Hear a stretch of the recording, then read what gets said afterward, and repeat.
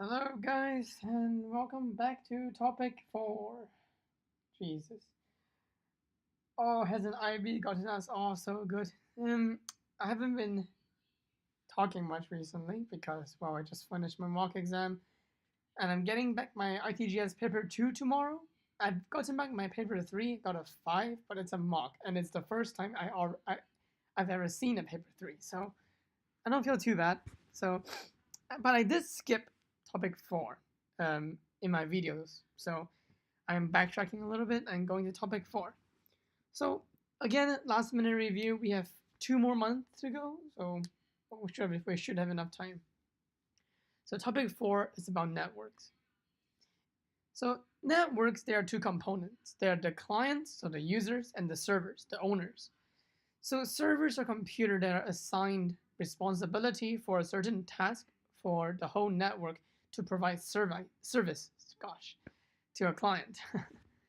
So there are different type of server, file servers or database server, application server, print server that manage print, queues, computers and documents, authentication servers that use to log in and log out.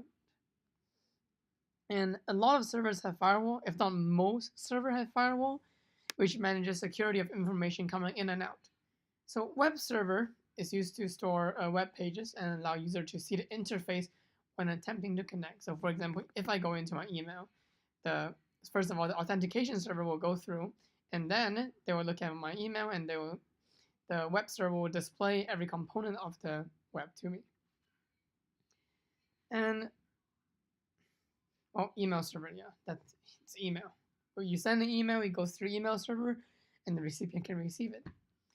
Many large networks have group of servers to perform a single task, and some small organizations have a single computer for a server, as a server. So it requires a lot of processing power, more than a desktop usually, and it's arranged in RAID, a redundant array of independent disks, so that it's a failover system. That's all you need to know. If the first one failed, the second one can boost back up, and voila, or all information is saved. And to access the server, we have generally we have three things. We have the hubs, router, and switches. So they all perform similar tasks, but one is more advanced than the other. Hub is the most basic and the cheapest. They receive and broadcast data to every single device that is connected to it. So really, the lack of privacy really shows in the hub. The computer's job is to ignore the data if it's not intended for them. So it is usable, I guess, but it takes a lot of bandwidth. Switches are smarter. They inspect the data so they know where they're coming from and going to. So this saves a lot of bandwidth. AirDrop. No, sorry, that's a bad example. No, don't listen to me. So both hub and switches are used to connect multiple computers to the same local area networks. Now, this is where router comes into play. Router connects a local network to the bigger network. They're like gates. So switches connect all the devices in our homes, and then routers allow them to connect to the bigger internetwork. So broadband routers are commonly used since they are provided by ISPs, Internet Service Providers, and they will install it for you. So they combine the function of router and switches. So peer-to-peer network. Every client has equal status, and there is no central authority. Common in homes and small business where dedicated servers are too expensive. So, and a good example will be AirDrop. Firewall, they can be installed on a hardware, such as installed into the router or into the switch, or installed software-wise, such as going to My System settings. Yes, I still do play Minecraft. It is actually not a bad game now. Yeah, go ahead, laugh at me. Grade 12 still playing okay, let's not get sidetracked. Anyways, if I go into my parental settings, my mom or dad can install a firewall into my computer and not allow me to access, let's say, 9gag. I love 9gag. I waste time on 9gag. So firewalls can be installed on computers and hardware. A firewall can be installed onto routers, so they can block IP address. Specific computers can deny access by my firewall. For example, if a hacker on my sorry, I didn't write this. I swear I didn't write this. Domain name, so it restricts certain domains from being open, such as www.facebook.com being banned in our school. And we can also do more advanced stuff, such as banning ports.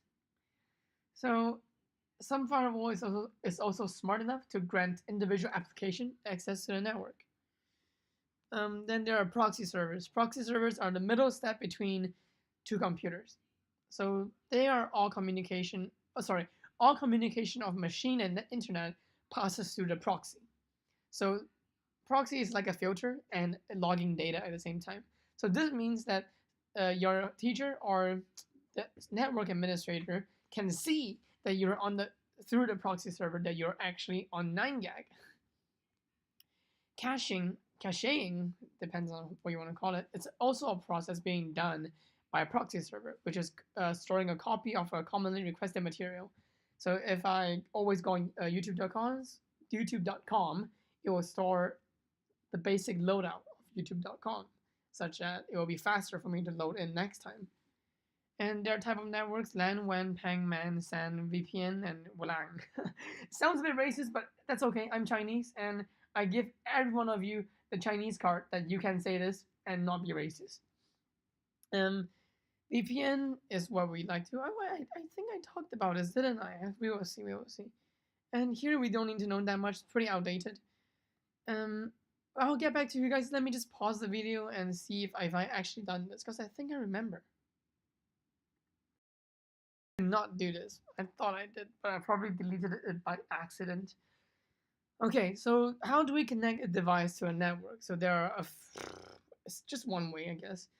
Every single network card, so every computer have a network card. So for example, if I open my fan, just let it load for a second, every network card have their own unique MAC address. Now this is not MacBook, this stands for media access control.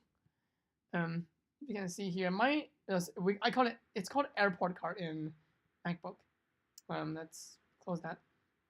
So they're unique to every device in every network. Think of them like your private home address, where you can't really have two identical home address, because that would be very confusing for the postman, which are the ISPs, or the information that the switch and the hub and the router is trying to deliver. So in my country, where I live in Singapore, and the unique thing about Singapore is that it's a small country, so we have private postcodes for every building. So there is no identical postcodes. So I think of the MAC address as our postcodes. So one house have only one postcode, whereas IP, I live in a condo, so 30 family can share the same street address, and that would be the big IP. And when we transfer data, we have this thing called TCP. I asked my ITGS teacher, Mr. Little. He's a wonderful teacher, by the way. He said we don't need to know all these full terms, so just remember the acronym and you'll be fine. So TCP deals with ensuring the data is sent and received correctly, securely, and by the right receiver and sender. IP is Internet Protocol, so this is addressing individual devices rather than individual network cards. So in other words, you can have the same IP if you're in different homes. This part, just read through it on your own. It's pretty simple. All you need to know is that DNS stands for Domain Name System, and it is responsible to translate this long number stream into something that a human can read. What is gang.html? I am so confused. My friend writes the most random things.